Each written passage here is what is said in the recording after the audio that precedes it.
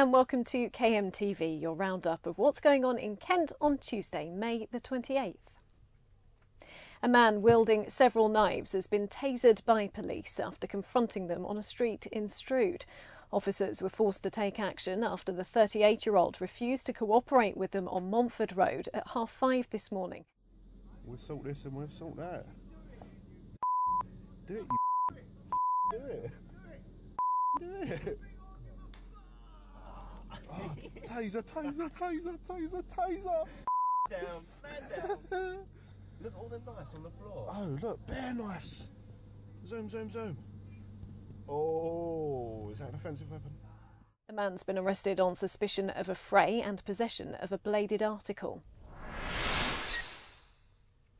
Kent police have told KMTV how they hope a major conviction for historical sex abuse will encourage victims of other crimes to come forward.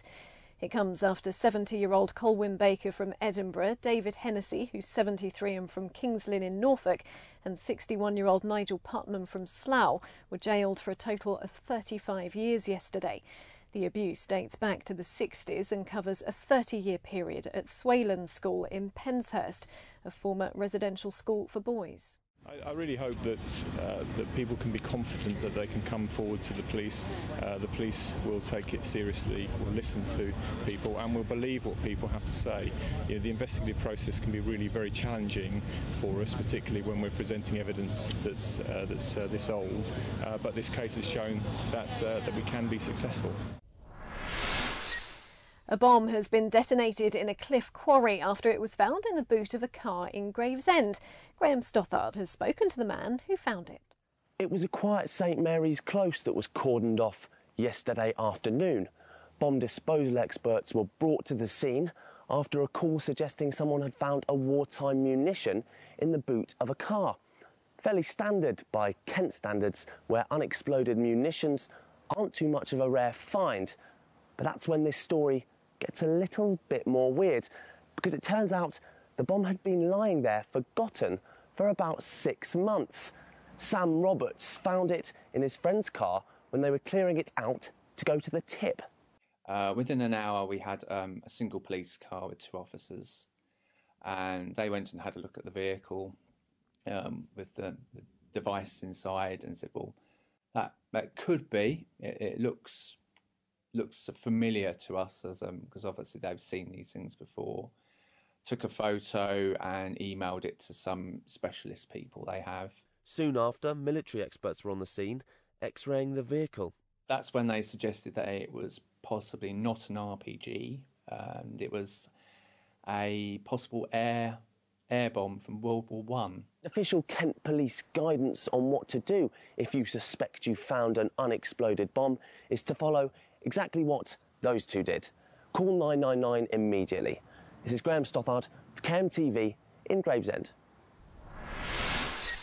Police are trying to piece together the final moments of an army captain who died after being hit by a van on the A2.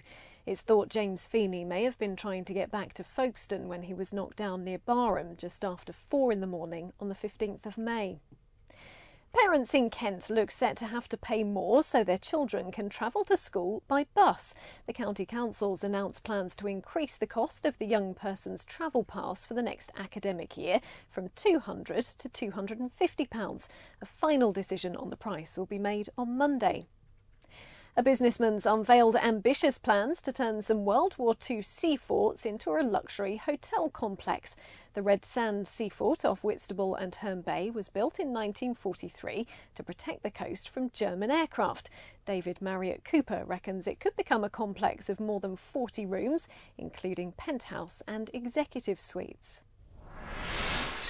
And finally, if you're still looking for a last-minute summer getaway this year, one Kent man might have the answer, although it might not be your traditional holiday destination. Jem Collins went to find out more.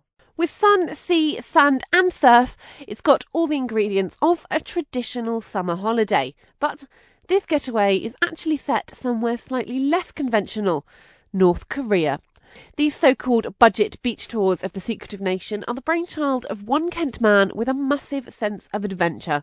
Gareth Johnson from Strood set up Young Pioneer Tours 6 years ago, which also take customers to other alternative destinations, such as Iran and Antarctica.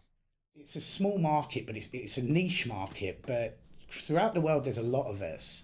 It's very easy to go to Spain or Thailand or whatever. The world is shrinking, so I'm taking people to places that are unknown. There's a lot of misinformation, as you said, about them. And like I say, in a shrinking world, there's a lot less adventure still out there, so I'm just trying to capture that bit of adventure. North Korea, also known as the Democratic People's Republic of Korea, has come under fire in the past for its human rights record. But Gareth says it's a lot closer to home than you'd think. There are certain parts of the country which obviously are very strange for us, for British people, with our sort of liberal kind of country that we have. And it's separating the myth from the facts. It's seeing some things and going, wow, this is very strange and different. And then seeing other things where it's just the same. You're sitting there at the end of the night, having beers with your Korean friends, making jokes with each other, and it's. I think those are the special moments people take away with them. So, if you're looking for a getaway with a difference this year, this might just be it. This is Jem Collins for KMTV. There's more local news on KMFM, and you can follow us on Twitter and Facebook. But that's it from KMTV.